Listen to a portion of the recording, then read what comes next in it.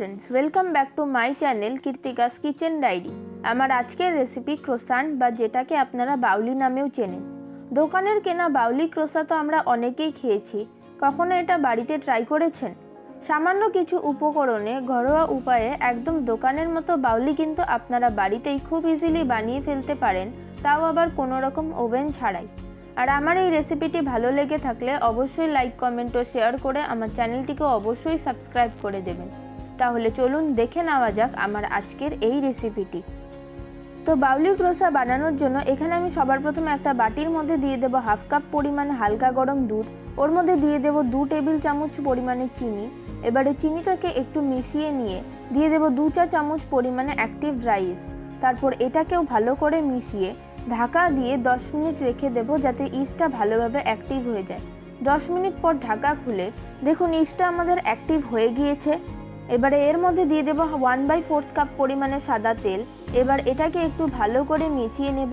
তারপর এর মধ্যে দিয়ে দেবো 2 কাপ পরিমাণে ময়দা আর দিয়ে দেবো স্বাদ মতো নুন। এবারে এটাকে মেখে একটা সফট ডো তৈরি করে নেব। আপনাদের যদি মনে হয় এটা একটু ড্রাই হয়ে গিয়েছে তাহলে এর জায়গায় 2 থেকে 3 টেবিল চামচ পরিমাণে হালকা গরম দুধ দিয়েও এটাকে মেখে নিতে পারেন। এই ডোটা ফার্স্টের দিকে একটু স্টিকি হবে, তবে মাখতে মাখতে দেখবেন এটা আর হাতে লেগে যাবে না আর অনেকটাই সফট হয়ে যাবে। এই ডোটাকে আপনারা যত সফট করে মাখতে পারবেন তত কিন্তু বাউলিগুলো আরও বেশি সফট হবে। এবারে এটাকে কিচেন স্ল্যাবের মধ্যে নিয়ে এইভাবে 2 হাতের সাহায্যে মেখে নেব। এইভাবে মাখলে এর মধ্যে যে গ্লুটেনটা আছে সেটা অ্যাক্টিভ হয়ে যাবে, যার ফলে বাউলিগুলো অনেক বেশি সফট হবে।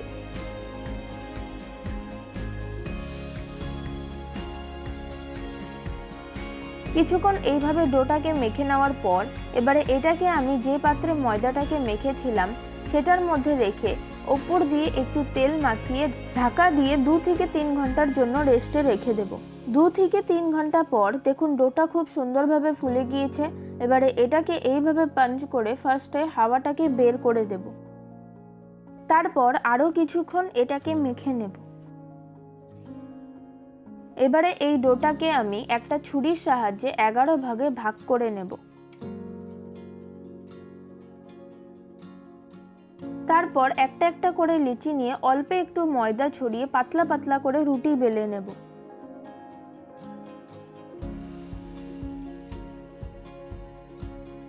এই একইভাবে আমি বাকি 10টা রুটিকেও বেলে নেব।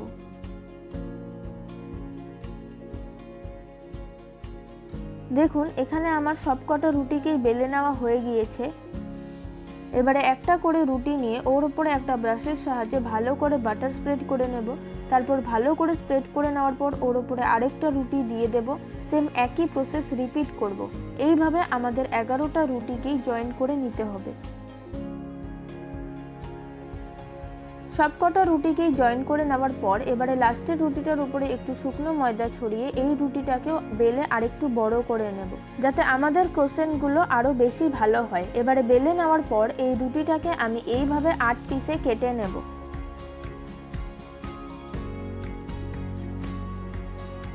তারপর একটা করে ট্রায়াঙ্গেল নিয়ে নিচে ছুরির সাহায্যে একটু কেটে দেব। তারপর ওর মধ্যে ফিলিংয়ের জন্য দিয়ে দেব চকলেট। এখানে আমি ডেরি মিল্ক ইউজ করেছি, এর জায়গায় আপনারা যে কোনো চকলেটই ইউজ করতে পারেন। এবারে এটাকে এইভাবে রোল করে ফোল্ড করে নেব। তারপর লাস্টে শেষের দিকে সামান্য একটু জল লাগিয়ে এটাকে আটকে দেব। দেখুন এখানে আমার একটা ক্রোসেন্ট তৈরি হয়ে গিয়েছে। এই সেমভাবে আমি বাকি ক্রোসেন্টগুলোকেও তৈরি করে নেব।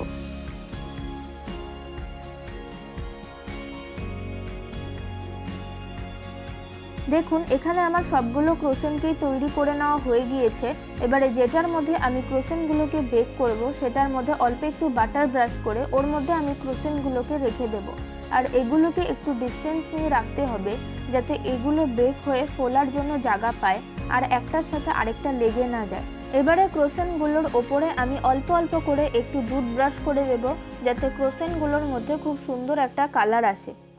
এবারে এখানে আমি একটা কড়াইয়ের মধ্যে একটা খাবারের স্ট্যান্ড রেখে সেটাকে ঢাকা দিয়ে 5 মিনিটের জন্য ভালো মতো প্রিহিট করে নিয়েছি। এবারে ওর মধ্যে আমি যেই থালাটার ওপরে ক্রোসেন্টগুলোকে রেখেছিলাম সেটাকে এর উপরে বসিয়ে দেব। তারপর এটাকে ঢাকা দিয়ে লো টু মিডিয়াম ফ্লেমে 20 থেকে 25 মিনিটের জন্য এটাকে বেক হতে দেব। 20 থেকে 25 মিনিট পর দেখুন এখানে আমাদের ক্রোসেন্টগুলো খুব সুন্দরভাবে বেক হয়ে গিয়েছে। এবারে এটাকে আমি কড়াই থেকে নামিয়ে ভালো করে ঠান্ডা হতে দেব। ভালো করে ঠান্ডা হয়ে যাওয়ার পর দেখুন এখানে আমাদের ক্রোসেন্টগুলো কি সুন্দরভাবে বেক হয়েছে আর কি সুন্দর একটা কালারও এসেছে। এবারে এর ওপরে আমি অল্প অল্প করে বাটার ব্রাশ করে দেব।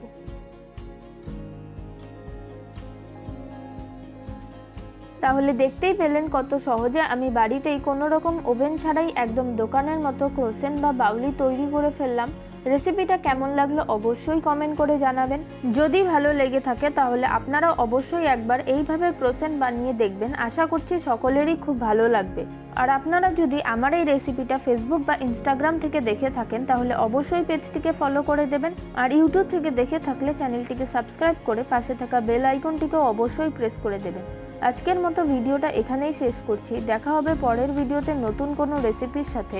সকলে খুব ভালো থাকবেন, সুস্থ থাকবেন। ধন্যবাদ।